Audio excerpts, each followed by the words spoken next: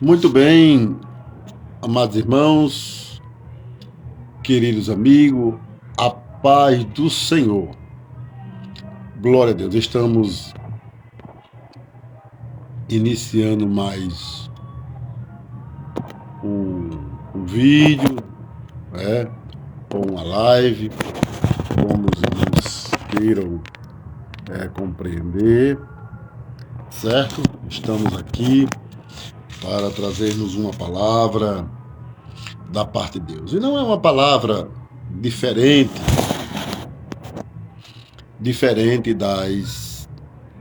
das outras. É uma palavra de Deus, né, que renova a nossa fé, a nossa vida. E eu quero aqui ler um texto muito conhecido, escrito no capítulo número 15 de 1 aos Coríntios, versículo de número, conforme Paulo escreveu, né? 1 Coríntios, capítulo 15, versículo de número 50 a seguir,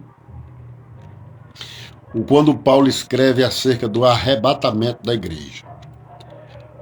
O arrebatamento da igreja que acontecerá, segundo as Escrituras, né? Muito bem. Então, para nós termos uma ideia da realidade do arrebatamento, segundo as Escrituras, dita por o apóstolo Paulo, né? Inspirado pelo Espírito Santo, registrado no capítulo 15, versículo 50, diz assim: Isto afirmo, irmãos, que a carne e o sangue não podem herdar o reino de Deus, nem a corrupção herdar a incorrupção. Eis que vos digo um mistério: nem todos dormiremos, mas transformados seremos todos, no momento, num abrir e fechar de olhos, ao ressoar da última trombeta. A trombeta soará, os mortos ressuscitarão incorruptível e nós seremos transformados. Porém, é necessário que este corpo corruptível se revista da incorruptibilidade e que o corpo mortal se revista da imortalidade.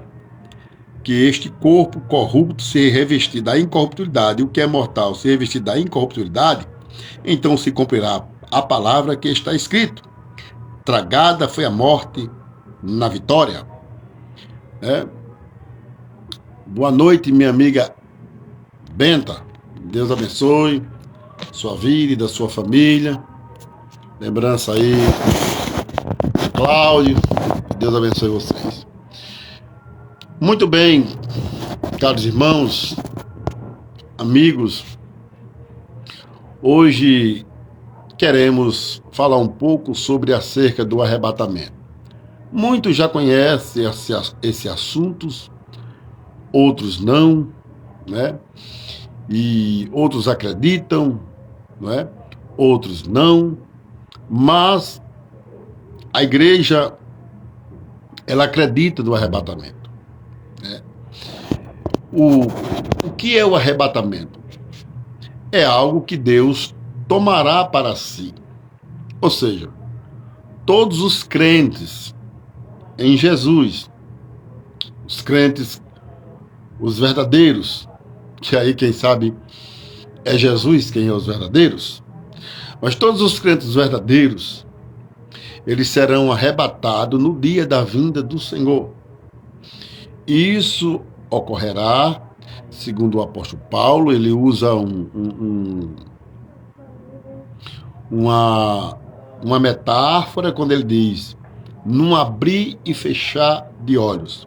Ou seja, não há uma explicação concreta, né, de rapidez. Mas ele usa aqui esta linguagem de figura, no abrir e fechar de olhos.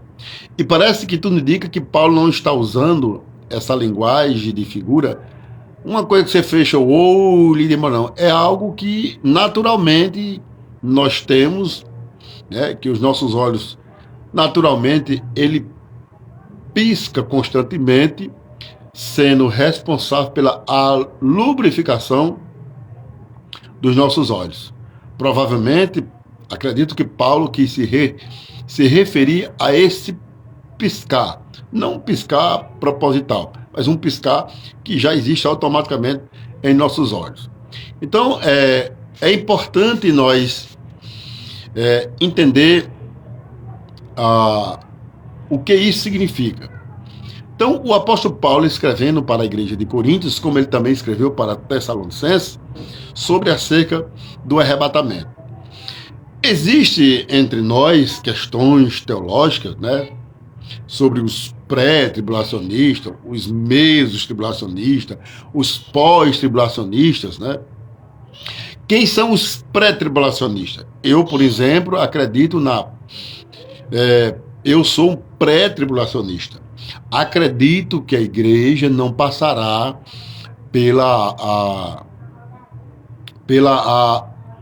o período da grande tribulação. Os meus tribulacionistas, ele acredita que a igreja passará pela metade da tribulação, né? Outros acreditam, né, que a igreja passará o período da grande tribulação. Então, isso não difere a fé verdadeira em Cristo. Porém, são pontos teológicos vistos e por cada um e que devem ser respeitados, né? Cada um tem os seus argumentos. Apesar, né, de Jesus não ter falado nitidamente que haveria, né, nitidamente sobre o arrebatamento, porque Jesus não explicou da ressurreição, né, dos muitos no último dia, muitos ressuscitariam para a vergonha eterna, né? E outros para a vida eterna. Então, os pós-tribulacionistas acreditam que a igreja passará por um período da grande tribulação, né?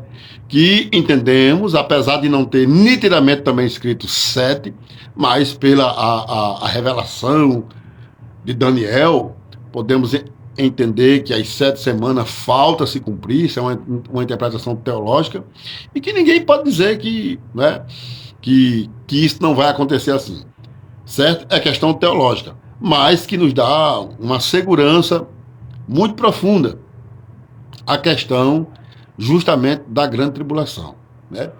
E aí nós vamos entender o seguinte: o que é a grande tribulação? O que é o arrebatamento? Estou me referindo àqueles que talvez nunca nem ouviu falar. Meu amigo Aldo Rodrigues, Deus abençoe sua vida aí, viu, meu amigo? Um abraço aí. O que é que nós estamos vivendo? Segundo registrado no capítulo 24 do Evangelho de Mateus, quando os discípulos estão com Jesus no monte, lá no templo, e eles saindo do templo, né, um templo que foi reformulado ou construído por Herodes. Há duas hipóteses: uns acreditam que ele foi construído por Herodes, outros acreditam que ele foi feito uma grande reforma que durou 42 anos, se não me foge a memória, né? Então, veja só, os discípulos saem e começam e começa a mostrar em Cristo, ou para Cristo, melhor dizendo, a beleza do templo, porque era um templo muito bonito. Ele mostra: olha, Jesus, que edifício, que coisa bonita. Jesus, olhando para esse monumento mostrado pelos apóstolos, Jesus disse: não ficará pedra sobre pedra. Jesus não estava se referindo de fim do mundo, Jesus não estava se referindo da sua vida, não. Jesus estava se referindo justamente da destruição que aconteceria em Jerusalém no ano 70. Foi onde ali houve a dispersação dos judeus. Eles se dispersaram ali no tempo em que o general Tito, né, a mando do imperador senhor Nero, né, trouxe um massacre no ano 70 para Jerusalém. Jesus estava se referindo deste feito que aconteceria aproximadamente 30 anos depois. aproximadamente, de 30 a 35 anos depois. Então Jesus diz, não ficará pedra sobre pedra. E os discípulos, não entendendo o que Jesus estava falando, eles fazem 3 perguntas conjugadas. A primeira pergunta, ele diz assim, eles estavam entendendo que Jesus estava falando do fim do mundo e também da sua vinda. E os discípulos perguntam, Senhor, quando acontecerão essas coisas? Que sinais será da tua vinda e do fim do mundo? Observe, quando acontecerão essas coisas? Ou seja, ele está perguntando, quando é que isso vai ser destruído? Que sinais serão da tua vinda e do fim do mundo? Então, o que dá para entender é que há uma tríplice pergunta conjugada com temáticas diferentes.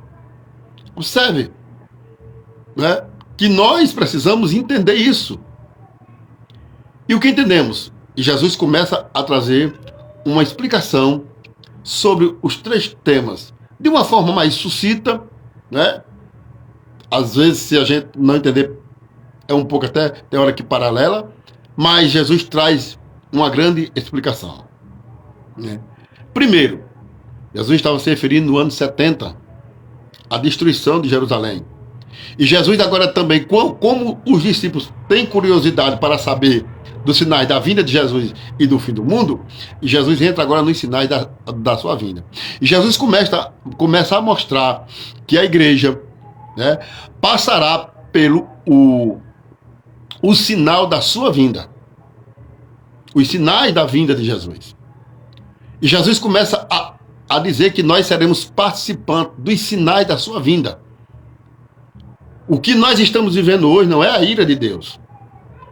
São sinais da volta de Jesus. Ele fala da pandemia, ele fala das guerras, rumores de guerra. Será que nós não estamos ouvindo rumores de guerra? E nós não vamos aqui salientar que é uma guerra qualquer, não. São guerras que chamam a atenção na história. É isso que nós temos que compreender, né? Não é uma doença qualquer. Nós estamos falando de uma pandemia, por exemplo, como essa, mundialmente falando, abalando toda a estrutura da raça humana, na saúde, economia, na paz, na política, nas religiões, aonde você entender, a pandemia está realmente tomando, que tem tomado espaço em toda a área que você imaginar. Na área que você imaginar, ela está lá, não é? Então, a Bíblia, ela é perfeita em se cumprir. Então, o que nós entendemos? Entendemos claramente e somos convictos da palavra de Deus se cumprindo. A igreja, ela está aguardando Jesus. E Jesus já nos mostra os sinais da sua vinda. Tudo está se preparando. O amor de muitos crentes esfriando, né? O amor, quando Jesus disse o amor se esfriará, Jesus não se referiu em um contexto geral, mas também o amor atingirá os que estão dentro da igreja, né? Crentes se desviando, botando culpa nos outros, né? Não sei em quem, eu não quero ser mais crente por causa disso. Isso não é outra coisa, não. É a falta de amor. Não, essa é a explicação mais clara da Bíblia. Aconteça com qualquer um, seja quem for, comigo ou com qualquer um. A Bíblia tem resposta. Isso é falta de amor. Amor ao Senhor. Não tem outro texto.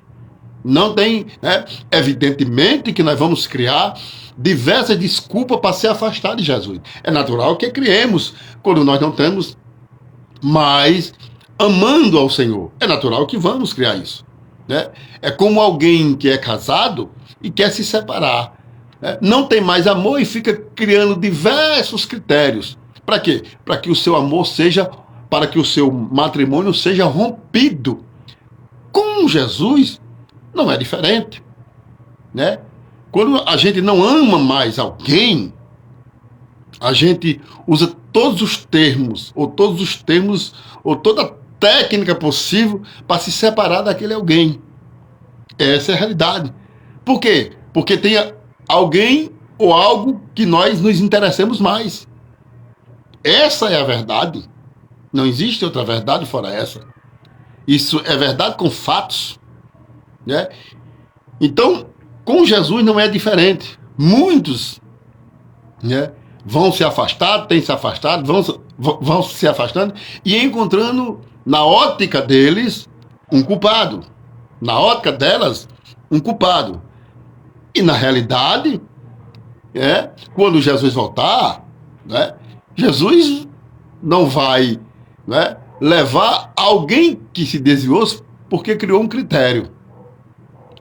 Por isso que cabe a nós a procurar amar mais o Senhor. O conselho de Deus é que amemos ao Senhor com todas as nossas forças, com todo o nosso entendimento, né, e de toda a nossa alma. Esse é um conselho de Deus para nós. E isso nós temos que compreender. Ninguém vai entrar no céu se desviando com desculpa. Eu não sou crente por causa de fulano, eu não sou crente. Ah, Netinha, mas senhor, oi, Netinha, Deus abençoe aí, viu? Eu não sou crente por causa de crente, por causa disso. Não, tudo são conversas fiadas diante de Deus, evidentemente. Eu posso até me comover com a sua história. Eu posso até lhe dar razão com a sua história. Mas não existe razão de nós desistir de Deus. Não existe razão, né? E o que nós vivenciamos? Há pessoas que se dizia, né, se afasta de Deus. Não, eu tenho Deus de jeito. Cada um constrói o seu caminho. Cada um constrói o seu caminho. Mas não quer dizer que porque eu construo o meu caminho, eu estou no caminho de Deus. Eu construo o meu caminho conforme o meu pensamento, conforme o que eu gosto. Se a Bíblia não for a nossa regra de fé, né, se nós não temos, ou seja, se cada ser humano, tudo que ele pensar for certo, então não existe lei divina, existe anarquia.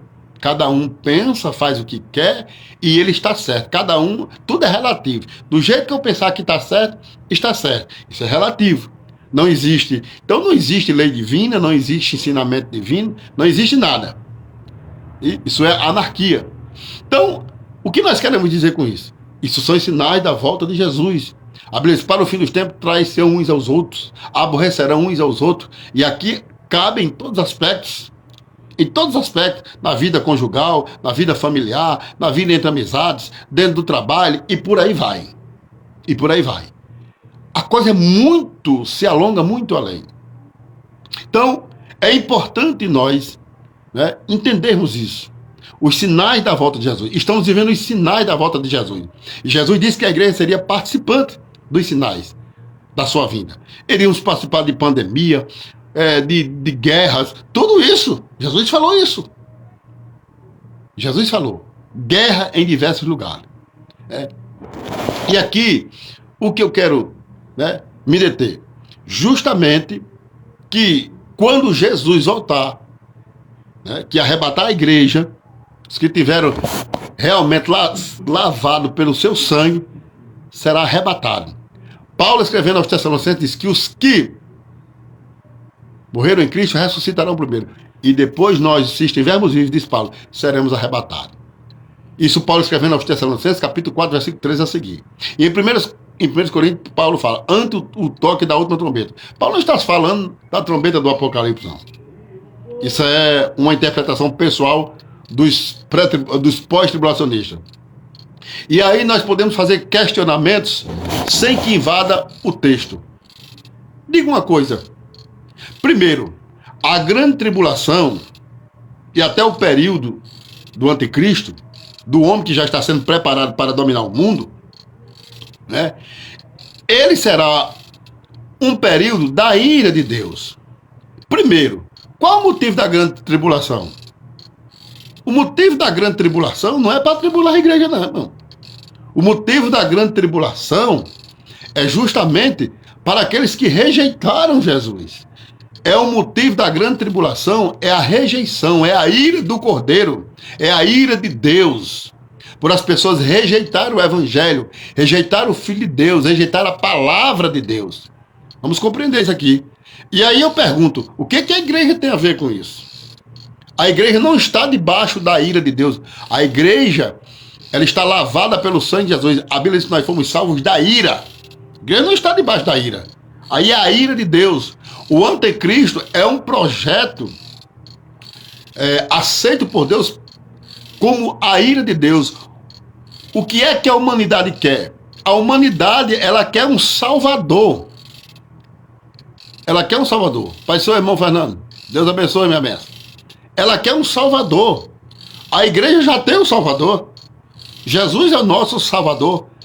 Nós não temos o verdadeiro crente, ele não tem esperança em político. O verdadeiro crente tem esperança em Jesus. Não estou dizendo que é errado o crente votar. Nós somos cidadãos, pagamos nossos impostos, temos direito de votar, opinar e dar nossas sugestões, porque nós somos cidadãos terrenos. Porém, sem entender que fulano é a nossa esperança. Nós não podemos confundir isso. Nossa esperança é Jesus. Agora também, eu não vou ser nenhuma pessoa de cérebro fraco e achar que eu tenho que votar de todo jeito. Porque Jesus está no controle, não. Jesus está no controle de tudo. Né? Jesus está no controle de tudo. Agora, tem coisas que nós somos responsáveis pelas nossas escolhas, pelos nossos atos. É totalmente diferente. Observamos uma coisa muito importante. Irmão Ananias, serve Deus, um levita do Senhor, né? Canta para o Senhor, Deus abençoe a sua vida continuamente, meu amado, viu? Então, o que é que nós temos que compreender? Nós não podemos ter uma mente de uma pessoa sem conhecimento da palavra.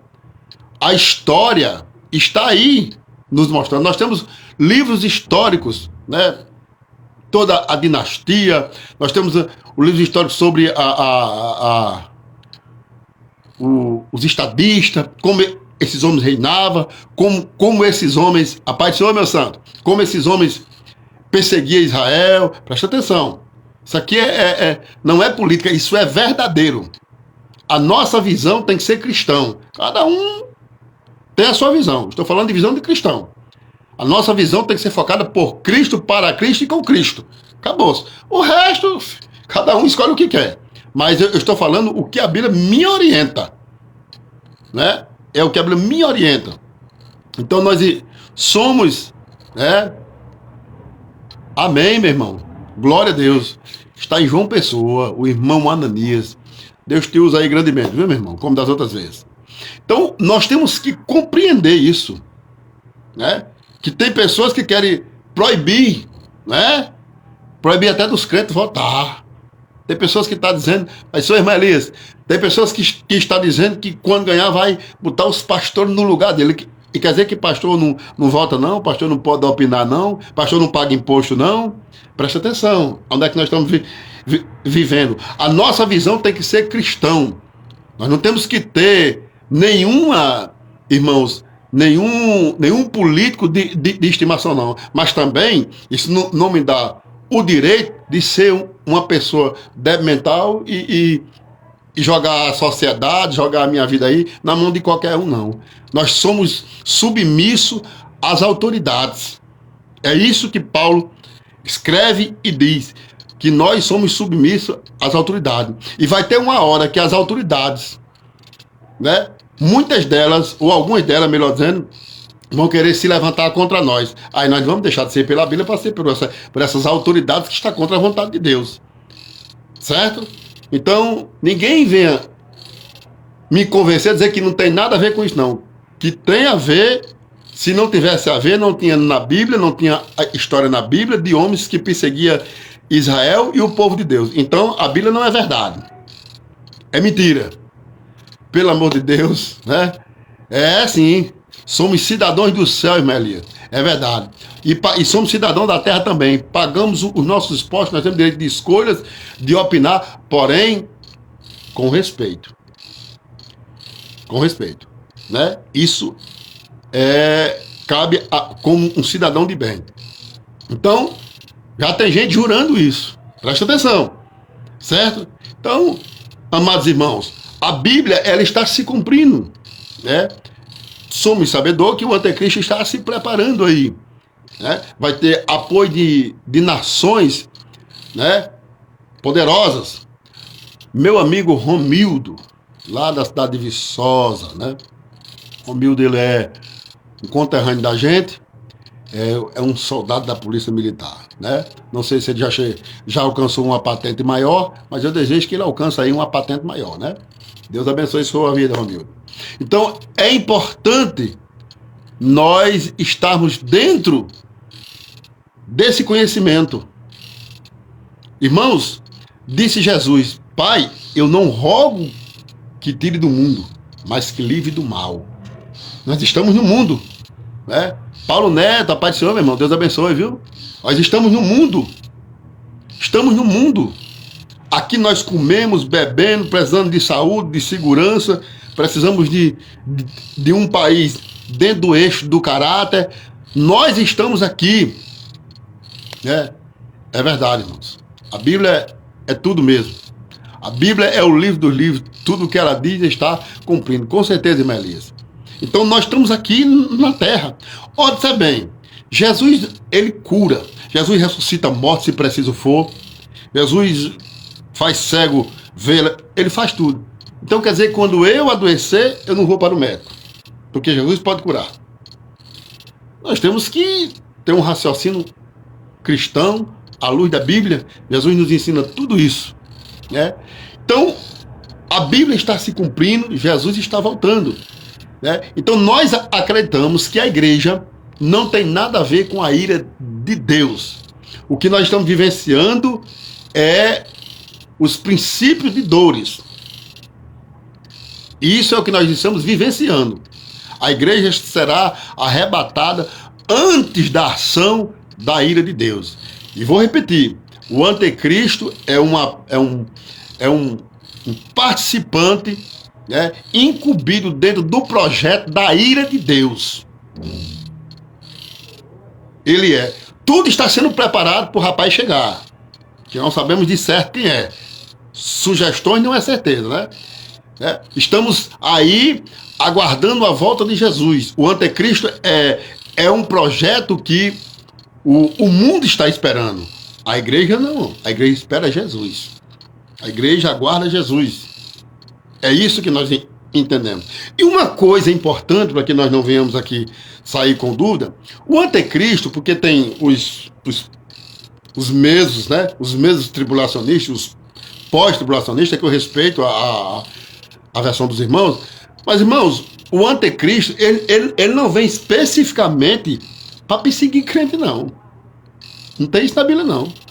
O anticristo, ele vem especificamente para implantar o seu reino, que vai ser de pouca duração, evidentemente com toda a permissão de Deus. Ele vem para implantar o seu reino. Ele não vem especificamente para perseguir crente, não. Ele vem justamente para implantar o seu reino. Aqueles que não concordaram com o seu reinado, evidentemente, sofrerão as consequências. O anticristo, ele não vai dominar toda a terra. Não. Porque terá nações que não serão a favor dos seus projetos. Isso nós temos que compreender. O anticristo não... Irmã Maria das Dores, a paz do Senhor, benção, Deus abençoe. Irmã Eleni Holanda, Deus abençoe, viu? Então, nós temos que compreender isso aí. O anticristo, ele não vem especificamente para perseguir alguém, não, né? O anticristo vem para implantar o reino. Agora, evidentemente, terá nações, até pessoas que não irão concordar com os seus projetos, né? Até porque o rapaz vai querer ser Deus, né? Ele não vai implantar religiões de ninguém, não. Ele será, na sua conduta maligna, né, querendo ser o próprio Deus. Paulo fala isso lá em 2 Tessalonicenses, né? Agora, quem é realmente né, desviado, né? Muitos vão crer que o que a gente pregava era verdade, e é possível que muitos não aceitem as propostas do anticristo. E nós sabemos que Israel construirá um pacto de 3 anos, de 3 anos e meio, que vai ser quebrado na metade do tempo, né? Vai ver que o anticristo não era aquela pessoa que eles pensavam. Tudo isso, irmãos, são questões teológicas, e escatológicas, e então o mundo viverá no período da ira de Deus, e a igreja não é participante da ira de Deus. Pode escrever isso aí sem dúvida, né? Eu conversando com o irmão, disse, mas irmã Genildo, nós somos melhor do que a igreja primitiva? Meu amado, primeiro, né? Eu conversando com ele, né? Eu digo, o que é que tem a ver com isso? Isso não é,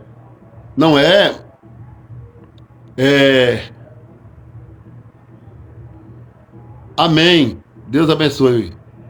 Fábio Holanda. Deus abençoe, irmã Helena de Holanda. Senhora e o filho da senhora, viu? O que é que nós temos que entender? Nós temos que entender por que existirá a grande tribulação. Primeira pergunta, por quê? Outra, para que a igreja vai participar da ira de Deus se ela não está debaixo da ira? Não, irmão, é para ser provado. A igreja do Senhor, Pai, Senhor, irmã Luciano Santos, a igreja do Senhor, ela vive em prova, em tribulação. Agora, nós não temos que entender que toda a igreja, ela tem que passar por aquele mesmo momento, não. Nós temos aí fora muitos irmãos que estão sofrendo, que nem recentemente aqui, o ano passado, né, quando o senhor Biden retirou as tropas americanas lá do Afeganistão, que muitas irmãs foram jogadas dentro dos sacos sacos plásticos, muitas delas nuas, morrendo sufocada, porque estava pregando a palavra. Irmã Camille, a paz do Senhor. Então, isso aí é perseguição à igreja, porque a gente entende que todo mundo tem que passar por isso. Irmãos, nós não podemos pensar assim, não é? Então, o Jesus que livrou João Batista da mão do Império Romano, por que Jesus não livrou o Jesus que livrou João Evangelista da morte durante o período do Império Romano, que segundo a história ele foi jogado no tacho de óleo, mas ele morreu de velho. E por que o mesmo Jesus não livrou João Batista? Nós não podemos questionar isso. Não é questão de merecimento, é questão de projetos de Deus que não cabe a nós estar querendo escacaviar, que nós não vamos chegar a um denominador comum. O que nós temos que entender é que a Bíblia está se cumprindo. Não é obrigado que todo crente em todo mundo ele tem que apanhar, ele tem que ser decapitado. Não é obrigado isso acontecer. É a igreja. Onde tem crente é a igreja.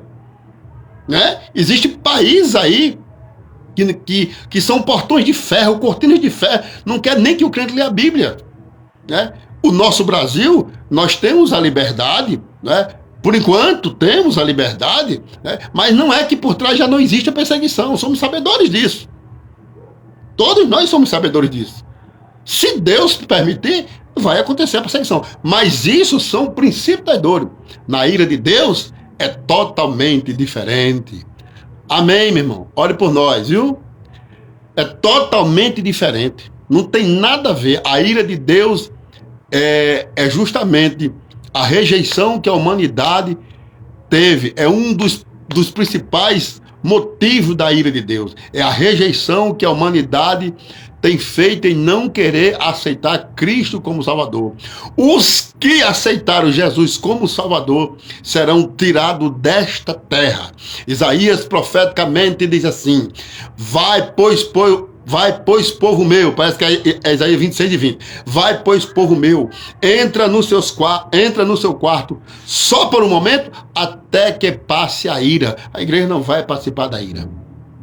A igreja está guardada da ira de Deus, porque o sangue de Jesus nos purifica de todo pecado e nos guarda da ira de Deus. Então, Paulo disse, no momento, num abrir e fechar de olhos, seremos arrebatados. E como é que isso vai acontecer? Num dia comum. Tudo comum. Quando Jesus voltar para arrebatar a igreja, ninguém pensa que vai haver trovão, que vai haver relâmpago, que vai se escurecer tudo, não. Normalmente seremos arrebatados. E depois, Jesus virá quando todo olho o verá. Chamamos isso de 2 etapas. Jesus virá com a igreja. Desta feita, ele vem para a igreja. Da outra vez, ele virá com a igreja. E da outra vez que Jesus virá, depois que ele arrebatar, quando vier com a igreja, Jesus vai pôr os seus pés lá no Monte das Oliveiras, e todo olho verá. E aí perguntamos, como é que todo olho vai ver se Jesus está lá no Monte das Oliveiras em Jerusalém? A mídia, as televisões, a internet, a tecnologia vai apresentar Jesus ao mundo. Então é importante nós compreendermos. O importante é que a Bíblia está se cumprindo, vai se cumprir e Jesus está voltando. Que Deus em Cristo nos abençoe, nos dê da sua graça e que possamos estar firmes. Lembre-se, o amor de muitos se esfriará e eu posso ser atingido, você pode ser atingido e nós temos que vigiar quando nós sentirmos que este amor está esfriando. É correr para os pés de Jesus para que ele seja aquecido, porque quando muita gente está sentindo o amor esfriar, em vez de ele correr, reconhecer, correr para os pés de Jesus, ele culpa um, culpa outro, culpa um, culpa outro, culpado é fulano, culpado é cicrano. Não, irmãos. O culpado somos nós porque o amor está esfriando. E temos que correr para os pés de Jesus para que ele aqueça o nosso amor pelo seu Espírito Santo. Que Deus nos abençoe em Cristo Jesus. Muito obrigado. Quero orar agradecendo a Deus por esta oportunidade, pela paciência de vocês. Muito obrigado. Irmão Fernando, muito bem, é verdade, evangelista, muito obrigado. É assim mesmo, é assim que a palavra de Deus nos alerta e que o Espírito Santo nos ajude a viver a vontade de Deus. Lutas nós passamos, né? Tribulações nós passamos, né? E faz parte da vida. Agora, da ira de Deus não participaremos, porque Jesus nos comprou pelo seu precioso sangue derramado na cruz do Calvário. Confiemos em Jesus, confiemos nesse amor, nesse sangue redentor, que nele, com ele e para ele seremos mais do que vencedor. Que Deus nos abençoe e vamos orar ao nosso Deus em nome de Jesus. Pai amado, sou grato por esta oportunidade, por todos aqueles que passaram aqui por esta live, que pacientemente nos ouviram, outros por pouco tempo, mas ouviram, outros que ainda hão de ouvir, e que a Tua palavra, Senhor, continue nos aquecendo, nos dando força, nos dando graça para prosseguir. E esperançosos, aguardando a qualquer momento o toque da trombeta que virá buscar todos aqueles que aguardam, que ama, que espera o Senhor e que acredita na Tua palavra. Senhor, nós somos gratos e te pedimos tudo isso em nome de Jesus. Amém. Que Deus nos abençoe em nome de Jesus. A paz do Senhor para a irmã Yolanda Sabino, na cidade de Viçosa, para ela e sua família. Um abraço, fica com Deus em nome de Jesus.